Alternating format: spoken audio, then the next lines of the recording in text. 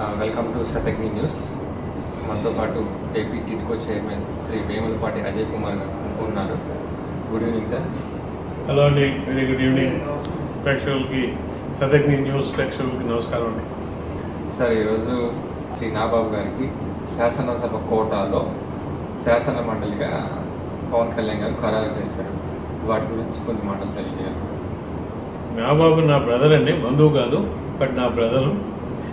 And we're more friends, brothers అంతా కూడా. But yes, ఆత్మ బంధువు అంటాం. Okay, but having said that, ఇవాళ నాబాబు గారికి ఎమ్మెల్సీగా ఖరారు చేయడం చాలా సంతోషంగా ఉంది. ఇది నాకే కాదు, జనసేన పార్టీలో ఉన్న ప్రతి ఒక్క కార్యకర్తకి, ప్రతి ఒక్క నాయకుడికి, ప్రతి ఒక్క జనసేన సభ్యుడికి, వీర మహిళలకి అందరికి కూడా చాలా ఆనందం కలిగించే పరిణామం. ఎందుకంటే నాబాబు గారు అంటే కార్యకర్తలతో మమేకమై, ఇవాళ పార్టీయే కాదు, మీరు కానీ నాబాబు గారి హిస్టరీ చూస్తే వాళ్ళ మెగా ఫ్యామిలీలో వాళ్ళ ఫ్యాన్స్కి ఆయన ఒక స్టార్స్కి ఫ్యాన్స్కి మధ్య వారధయ్యి ఒక 2-3 దశాబ్దాలుగా కూడా పనిచేస్తూ వస్తున్నారు.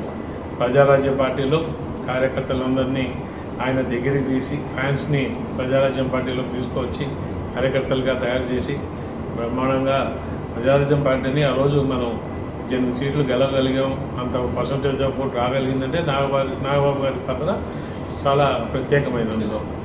అలాగే మన జనసేన పార్టీలో కూడా పవన్ కళ్యాణ్ గారు పార్టీ పెట్టిన తర్వాత పవన్ కళ్యాణ్ గారికి ఆయన ఒక సైనికుడై ప్రశ్నించకుండా కళ్యాణ్ గారు ఏ పని చెప్తే ఆ పని చేస్తూ, అలాగే కార్యకర్తలందరినీ కూడా దగ్గరికి తీస్తూ, వాళ్ళ మాటలు వింటూ, వాళ్ళ యొక్క కష్ట నష్టాల్లో పాలు పంచుకుంటూ, ఒక సామాన్య కార్యకర్తగా ఏ రోజు కూడా ఏ పదవి ఆశించకుండా ఇన్నేళ్ళు కూడా ఆయన పనిచేస్తూ వచ్చారు. 2019లో మీరు ఎంపీగా కంటెస్ట్ చేయండి అంటే రెండో మాట లేకుండా వచ్చి కంటెస్ట్ చేసి పోరాడారు, ఓడిపోయారు. అయినా కానీ పార్టీలో నేను ఒక కార్యకర్తగా పనిచేస్తానని చెప్పి కార్యకర్తగా ముందుకు సాగారు. అనకాపల్లిలో అందరూ కంటెస్ట్ చేయాలని చెప్పిన తర్వాత కాదు, ఈ కుటుంబం కోసం కొన్ని మనం త్యాగాలు చేయక తప్పదని చెప్పినప్పుడు చాలా సంతోషంగా ఆ సీటుని త్యాగం చేసి వచ్చి మళ్ళీ ఒక మామూలు కార్యకర్తగా పనిచేసుకుంటాం. సో నాగబాబు పార్టీకి ఒక సామాన్య కార్యకర్తగా ఇన్నేళ్ళు పనిచేసుకుంటూ వచ్చి ఇవాళ ఒక ఎమ్మెల్సీ కావడం అనే పరిణామం ఒక నాగబాబు గారికో ఆయన కుటుంబ సభ్యులకో కాకుండా జనసేన పార్టీలో ఉన్న ప్రతి ఒక్కరికి, అలాగే మెగా ఫ్యాన్స్ అందరికీ కూడా చాలా ఆనందం కలిగించే పరిణామం. అలాగే మార్చి 14 గురించి 10 సంవత్సరాల పాటు పోరాటం చేశాం. ఇది 12వ ఆవిర్భావ సభ, అది విజయోత్సవంతో జరుపుకుంటున్నాం. పోరాటాల తర్వాత ఈ విజయోత్సవం ఒక పండగలాగా జరుగుతుంది. దీని గురించి కూడా మీరు తెలియజేయండి సార్. ఖచ్చితంగా అండి, ఎందుకంటే 2014లో పవన్ కళ్యాణ్ గారు జనసేన పార్టీ స్థాపించినప్పుడు నేను అధికారంలోకి వస్తానైతే స్థాపించలే. ఆయన ఏం చెప్పాడు, అధికారంలో ఉన్న వాళ్ళని ప్రశ్నిస్తాము, ఎక్కడ తప్పు జరిగినా ప్రశ్నించి మనం పోరాడతాము, ఎలుగెత్తి పోరాడతాము అని చెప్పి. అదేవిధంగా ఆయన పవన్ కళ్యాణ్ గారి స్పెషాలిటీ ఏంటంటే పోరాడండి అని చెప్పి ఆయన ఇంట్లో కూర్చోలే, ఆయన రోడ్డు మీదకి వచ్చి ప్రతి ఒక్కసారి ఆయనే ముందరుండి పోరాడారు.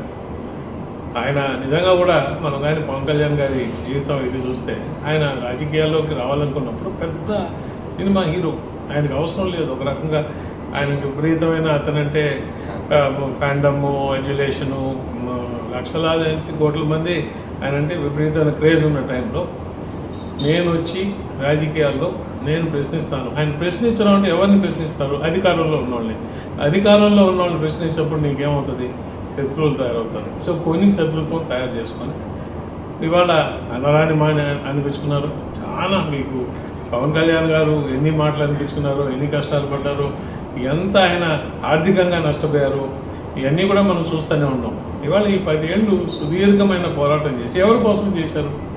ఆయన కోసం చేసుకోలేదే. నాకు గన్లు కావాలో, నాకు వ్యాపారాలు ఉన్నాయి, నా వ్యాపారాలు పెట్టుకోవాలో, వ్యాపారాలు ఇంకా పెంపొందించుకోవాలో, అటువంటివి ఆయనకి ఏం లేదు. ఎంతసేపటికి నేను, నా ప్రజలు, రాబోయే తరాలు, మనం వాటికి ఒక మెరుగైన ప్రపంచం, వాళ్ళకి రాబోయే తరాల కన్నా ఒక మెరుగైన ప్రపంచం మనం కానీ చేస్తే అంతకన్నా నా జీవితానికి సార్థకమైంది. ఆయన ఎంతసేపటికి ఏమంటారంటే, నన్ను ఒక సినిమా స్టార్గా ఇంతమంది లక్షల మంది కోట్ల మంది నన్ను ప్రేమించారు, ఇంత ప్రేమ నేను ఏమి ఇవ్వగలను వాళ్ళకి అంటే, నా చేత అయినంత వరకు ఈ సమాజాన్ని మెరుగుపరిచి నేనున్నప్పటికన్నా నేను ఇంకొంచెం మెరుగైన సమాజం చేసి ఇవ్వాలని ఒక తపన. అటువంటి తపనతో ఈ 10 ఏళ్ళ పోరాటం చేసిన తర్వాత ఇవాళ మనకు అధికారంలోకి వచ్చాం, కూటమి అధికారం.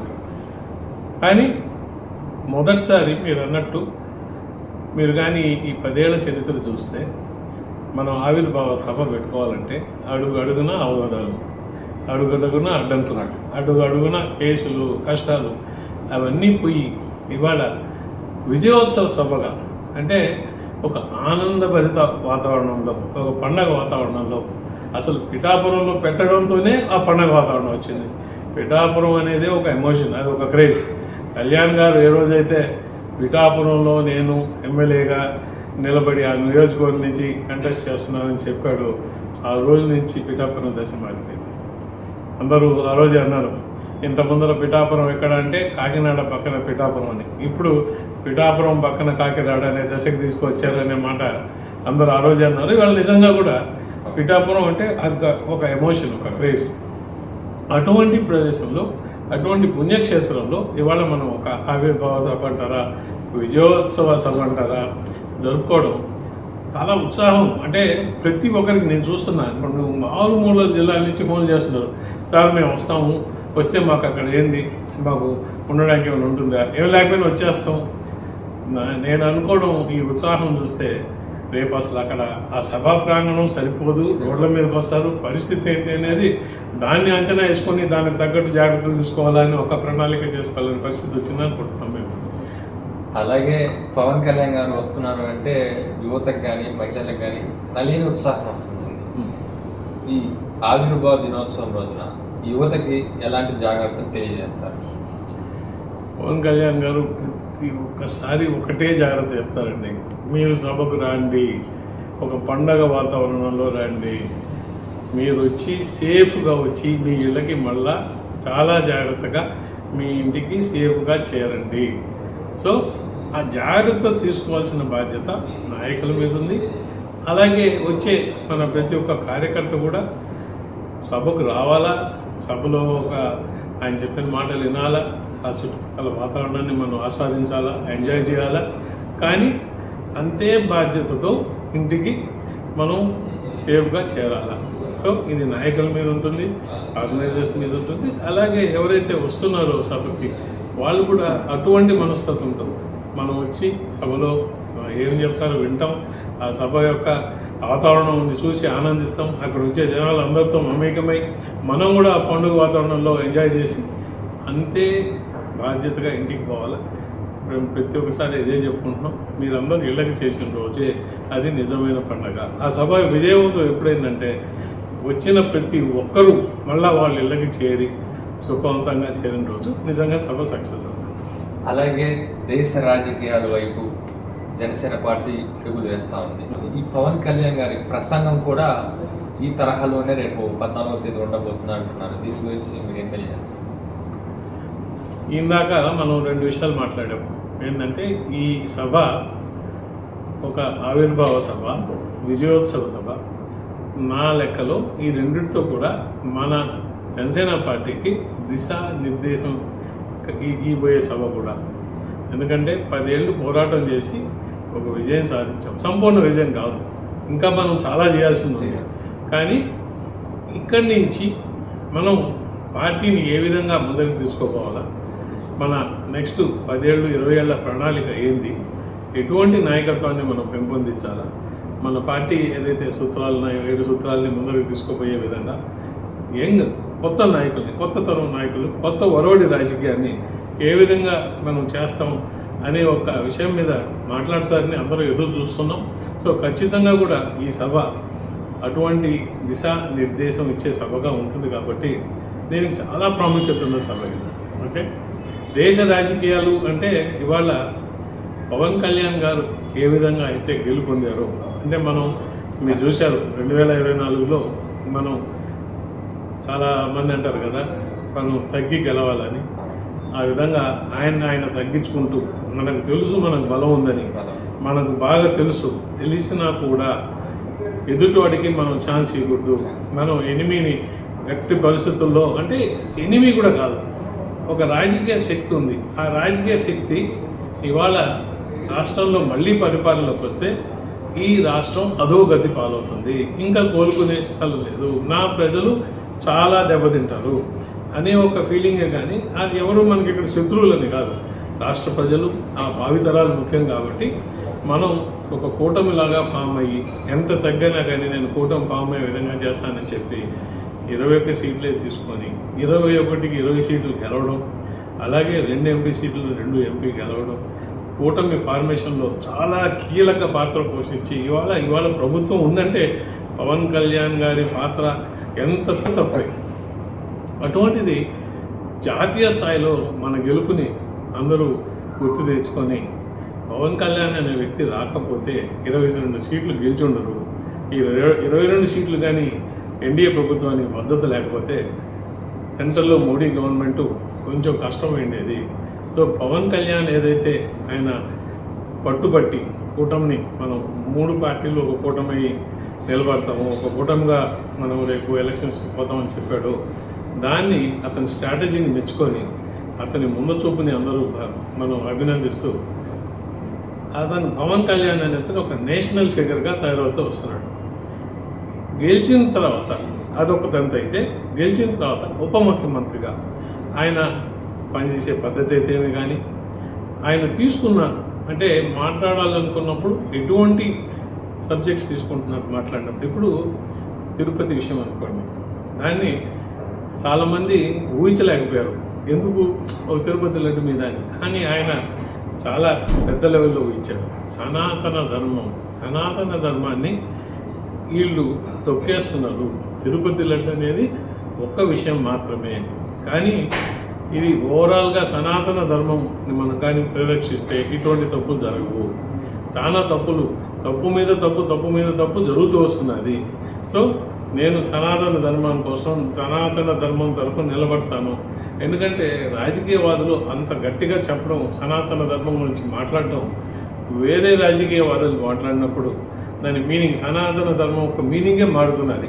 కానీ అదే పవన్ కళ్యాణ్ గారు వచ్చి సనాతన ధర్మం గురించి మాట్లాడితే వసుదైక కుటుంబం అనే దాన్ని రిఫ్లెక్ట్ చేస్తూ మాట్లాడుతున్నారు. సో పవన్ కళ్యాణ్ గారు సనాతన ధర్మం గురించి మాట్లాడితే ఎవరు అబ్జెక్షన్ లేదు, ఎందుకంటే పవన్ కళ్యాణ్ గారు అందరినీ తనలో రాసుకుంటున్నాడు. కానీ మన ధర్మాన్ని మాత్రం మనం కాపాడుకోవాలని చెప్పి ఇటువంటి విషయాల్లో చాలా స్పష్టంగా ఒక నిర్దిష్టమైన ప్రణాళికలతో ముందుకు పోతుంటే, ఇవాళ నేషనల్ అటెన్షన్ పవన్ కళ్యాణ్ గారి మీద మన రాష్ట్రంలోనే కాదు, జాతీయ రాజకీయాల్లో కూడా చాలా అతని మీద ఫోకస్ కావడం, అతను ఒక నేషనల్ ఫిగర్ కావడం, రోజుకి అతని స్టేచర్ పెరుగుతూ బాగా ముందరికి పోతున్నాడు, దూసుకోబోతున్నాడు రాజకీయాల్లో. ఇవాళ మీరు కానీ విన్నారంటే, కొంతమంది north Indian political analyst Yogi Adityanath of south అనే ఒక మాట కూడా వినిపించింది. ఎట్లయితే యూపీలో యోగి ఆదిత్యనాథ్ బాగా మెదుగుతూ వచ్చాడో, సౌత్ ఇండియాలో పవన్ కళ్యాణ్ గారు అంతే విధంగా వెలబడుతూ పైకి వస్తున్నారని చెప్పి. సో ఇవాళ మనం అటువంటి సమయంలో ఇవాళ ఏదైతే మనం సభ 14వ తేదీ పిఠాపురంలో పెట్టుకుంటున్నారో, అందరూ చాలా ఎక్స్పెక్టేషన్స్తో ఉన్నారు. ఈ సభలో ఏం మాట్లాడబోతున్నారు, ఏం దిశానిర్దేశం ఇవ్వబోతున్నారు, ఈ సభ ఎట్లా జరగబోతున్నది. సో 14వ తేదీ సభ బ్రహ్మాండంగా సక్సెస్ అవుతుంది. పవన్ కళ్యాణ్ గారిని రాష్ట్ర కాకుండా దేశ రాజకీయంలోకి ఇంకా హైలైట్లోకి లైమ్లైట్కి తెచ్చే విధంగా ఉంటుందని ఈ సభని మేము ఎక్స్పెక్ట్ చేస్తాం. పులివెందుల ఎమ్మెల్యే గారు పవన్ కళ్యాణ్ గారి గురించి ఒక కామెంట్ అయితే చేశారు, మీరు కార్పొరేటెడ్ ఎక్కువ, ఎమ్మెల్యేకి ఎక్కువ అని. దాని గురించి తీసుకున్నాం సార్. అదే జగన్మోహన్ రెడ్డి ఆయన పులివెందుల ఎమ్మెల్యే కాకుండా ఇంతకుముందర రాష్ట్ర ముఖ్యమంత్రిగా కూడా చేశారు. దాని ముందర లీడర్ ఆఫ్ అపోజిషన్గా కూడా చేస్తున్నారు, 60 సీట్లు వచ్చాయి. దానికన్నా ముందర ఎంపీగా చేశారు. వాళ్ళ నాయన ఒక చాలా పెద్ద పొలిటికల్ ఫ్యామిలీ నుంచి వచ్చిన ఆయన. మరి రాజకీయాల్లో కొన్ని మర్యాదలు, కొన్ని ఇవన్నీ ఉంటాయి కదా, నీతులు నియమాలు. అతనికి తెలియదా? అసలు ఏమీ లేదు. అతను ఒక డబ్బున్నది అనే ఒక మదంతో తప్ప ఇటువంటి మాటలు, ఈ రాష్ట్రాన్ని లూటీ చేసి డబ్బు సంపాదించి ఆ సంపాదించిన దొంగ డబ్బు ఉన్న మదంతో మాట్లాడిన మాటలే కానీ రాజకీయంగా మాట్లాడిన మాటలు కాదు. అంటే అతనికి హుందాతనం అనే మాట విలువ తెలియదు. ఎప్పుడైతే ఆయన ముఖ్యమంత్రిగానే ఏ మాట్లాడడం కూడా మాట్లాడారు పవన్ కళ్యాణ్ గారి గురించి కానీ వేరే రాజకీయ నాయకుల గురించి కానీ వ్యక్తిగత విమర్శలకు దిగి ఆయన వ్యక్తిగత విమర్శలు చేయడమే కాకుండా వాళ్ళ పార్టీ వాళ్ళ చేత నీచాతి నీచమైన కామెంట్లు, అంటే రాజకీయాల్లో ఎవ్వరు కూడా చేయని కామెంట్లు చేసి సునకానందం ఒక రకమైన వికృత ఆనందం పొందుతూ సైకలాజికల్గా ఏది ఇతనిలో సంథింగ్ రాంగ్, అతని బిహేవియర్ కొంచెం సైకాటిక్ బిహేవియర్. అదే బిహేవియర్ ఇవాళ ప్రజలు అటువంటి బిహేవియర్ని చూసి అతన్ని దిమ్మ తిరిగే తట్టు కొట్టి రిజల్ట్ ఇచ్చి 11 సీట్లకి అతన్ని పెడితే నేను లీడర్ ఆఫ్ అపోజిషన్ కావాలి. ఎక్కడి నుంచి వస్తుందండి లీడర్ ఆఫ్ అపోజిషన్? మన లీడర్ ఆఫ్ అపోజిషన్ మీ ఇంట్లో ఉన్న పోస్ట్ కాదు కదా. నేను జగన్మోహన్ రెడ్డి కాబట్టి నాకు ఇవ్వాలంటే మీరు జగన్మోహన్ రెడ్డి అయితే మీరు పులివెందుల ఎమ్మెల్యే అంతవరకే. మన అసెంబ్లీకి కొన్ని ప్రాక్టీసెస్ ఉంటాయి, దానికి పద్ధతులు ఉంటాయి, రూల్స్ ఉంటాయి. ఆ రూల్ ప్రకారం నీకు అపోజిషన్ లీడర్ పోస్ట్ ఇవ్వగలిగితే ఖచ్చితంగా ఇస్తారు. లేదు దానికి ఒక నియమాలు ట్రెడిషన్స్ ఉంటాయి, ఆ ట్రెడిషన్ ప్రకారం ఏదైనా ఉంటే ఇస్తారు. అంతేగాని నేను రెడ్డి గారిని, నేను జగన్మోహన్ రెడ్డి గారిని నాకు ఇవ్వాలా అని ఏదైతే మీరు అహంకార భావంతో అహంకార ధోరణితో ప్రవర్తిస్తారో, నేను అసలు అసెంబ్లీకి రాను, అసెంబ్లీకి రావాల్సిన అవసరం లేదు, ఎవరు మీరు అసెంబ్లీకి ఎందుకు రారండి, మీకు లీడర్ ఆఫ్ అపోజిషన్ రాదు, ఇటువంటి మీకు దామాషా పద్ధతి. ఆయన ఒక కొత్త వింత ఆర్గ్యుమెంట్ తీసుకొచ్చారు, నాకు 40% ఓటు వచ్చింది కాబట్టి నాకు లీడర్ ఆఫ్ అపోజిషన్ ఇవ్వాలని.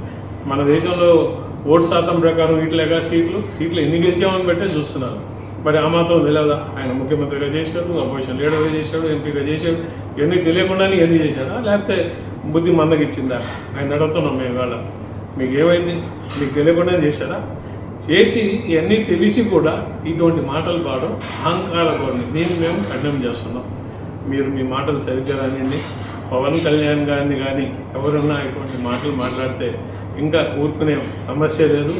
ఎంతటి నాయకుడైనా ఎంతలా లీడర్ అయినా కానీ ఖచ్చితంగా సరైన బుద్ధి చెప్పే విధంగా సమాధానం ఉంటుంది. ఒళ్ళు దగ్గర పెట్టుకొని జాగ్రత్తలు మీరు ఒళ్ళు దగ్గర పెట్టుకొని మాటలు జాగ్రత్తగా రానియండి. పవన్ కళ్యాణ్ గారి విషయంలో ఎక్కువ తక్కువ మాట్లాడితే అది జగన్మోహన్ రెడ్డి కానీ ఇంకొరెవరైనా కానీ సరైన సమాధానం ఇస్తారు ఖచ్చితంగా.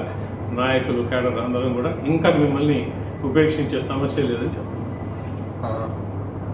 అలాగే మీరు టిడ్కో బాధ్యతలు చేపట్టి కూడా మరో 4-5 నెలలు అవుతుంది. టిడ్కో ద్వారా మీరు చేసిన కార్యక్రమాలు వాటి అభివృద్ధి గురించి కానీ గతంలో గత పాలనలో టిడ్కోలో అనేక అవినీతులు అవకతవకలు చాలా జరిగాయి, వాటి గురించి కొంచెం తెలియజేయండి. ఇప్పుడు ఇంతసేపు మాట్లాడిన వ్యక్తి గురించి మాట్లాడితే టిడ్కో ఒక క్లాసిక్ ఎగ్జాంపుల్.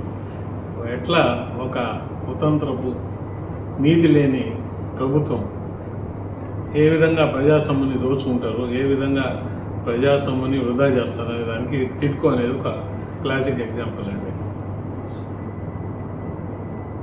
పేద ప్రజలకి నాణ్యమైన ఇల్లు, మంచి సముదాయాల్లో మంచి గృహాలు కట్టియాలని చెప్పి గవర్నమెంట్ అప్పటి 2014 నుంచి 19 ఉన్న టీడీపీ గవర్నమెంట్ చంద్రబాబు నాయుడు గారు ఒక టిడ్కో అనే సంస్థను స్థాపించి మంచి ఇల్లు కట్టించిందని చెప్పి షేర్వాల్ టెక్నాలజీ అని చెప్పి చేస్తే ఈయన ప్రభుత్వంలోకి వచ్చిన తర్వాత ఆ ఇల్లు కట్టించిస్తే ఆయనకి చంద్రబాబు నాయుడు గారికి మంచి పేరు వస్తుందని వాటిని ఆపేయడం, కట్టిన వాటిని సగంలో ఆపేయడం,